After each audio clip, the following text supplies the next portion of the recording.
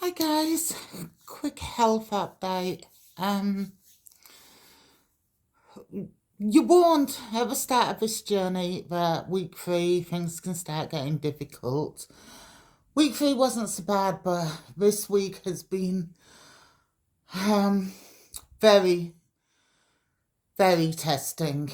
Um, Monday was fine. Chemo was difficult because of problems.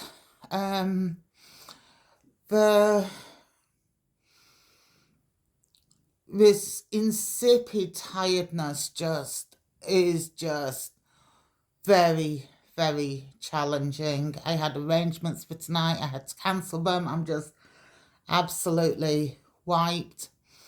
So a couple of things have.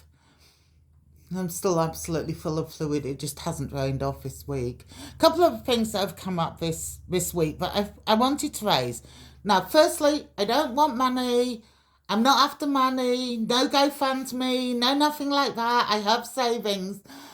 But one of the things I've noticed is a lot of medication, the supplemental medication you take with cancer is bought over the counter.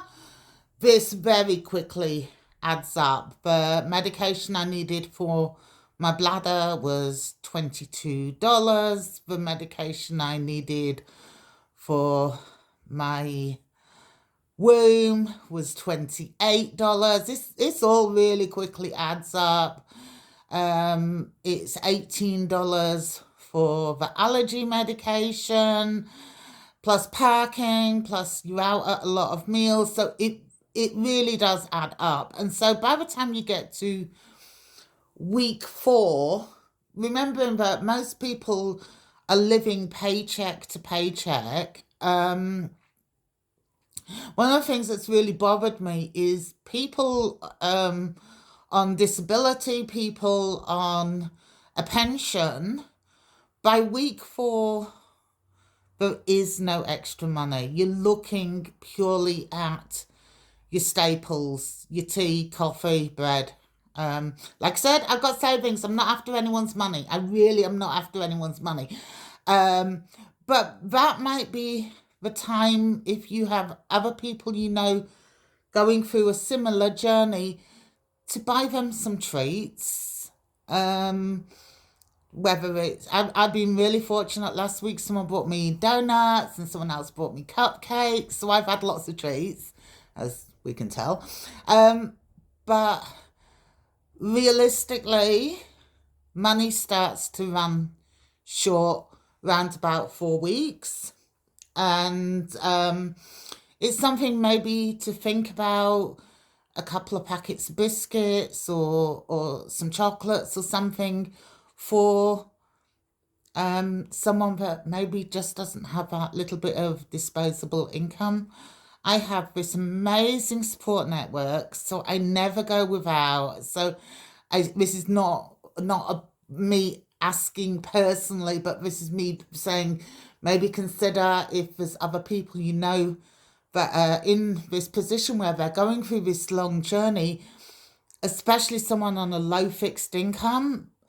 It starts to get tight because you're genuinely making the choice between medications and food.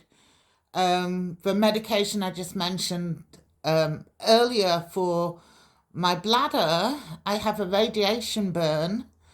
This is the only thing that helps. So there is no choice. There is no choice. I have to buy the medication. And that, as a single person, is nearly a week's worth of shopping money. Okay? Um, so I haven't posted, I didn't post yesterday because yesterday was so horrific. And why it was horrific is that you're given you're given a diuretic when you have chemo, so that for all that water that they fill in your body starts to drain out. But if you're doing chemo and radiation at the same time, you still have to consume the water for radiation. So I left here to go for my appointment. It was a morning appointment. And I set off. By the time I reached the hospital, my stomach had become so distended from the diuretic on top of the fluid that it was pushing into the steering wheel. Even the technician said, "Oh my God, you look like you're going into labor with twins." Okay? Because all that fluid was trying to get out, plus all that fluid that you have to drink. And it's just agony. It is, there's no other word. And then because I have a radiation burning in my bladder, it is not fun. I've been absolutely knackered. I've just been so tired, but it's body tired. My brain's not switching off. I'm not getting that sleep. It's just my body is just stopping on me, and I just can't get it up and going, but my brain's still running at the same amount of time. And I would have said that yesterday, which was Thursday, I really struggled with my mental health, with the idea that there's still more to go, and I didn't want to do it, and I was tired, and I had really had enough. I'm in the position now, I have one more lot of chemo to go, 6 more lots of radiation, and then 4 appointments for seeding down the track before we even get to the breast cancer bit. So it's not that quick end in sight that we'd gone into hoping for, thinking about. And that really did make me have to have a good long think about me and myself and my life. And I would say it's probably the most down I've felt since the initial diagnosis. I said I was going to be honest with this, and it was one of those moments that I was just like, why am I doing this to myself? I didn't go into this sick, and now I'm starting to feel sick, and that is challenging, because I didn't feel ill going into it, and then to suddenly start feeling like chronic fatigue, this inability to do what I want to do. I want to clean my floors, I want to clean my kitchen, and this has sucked all the energy out of me. My lower back hurts.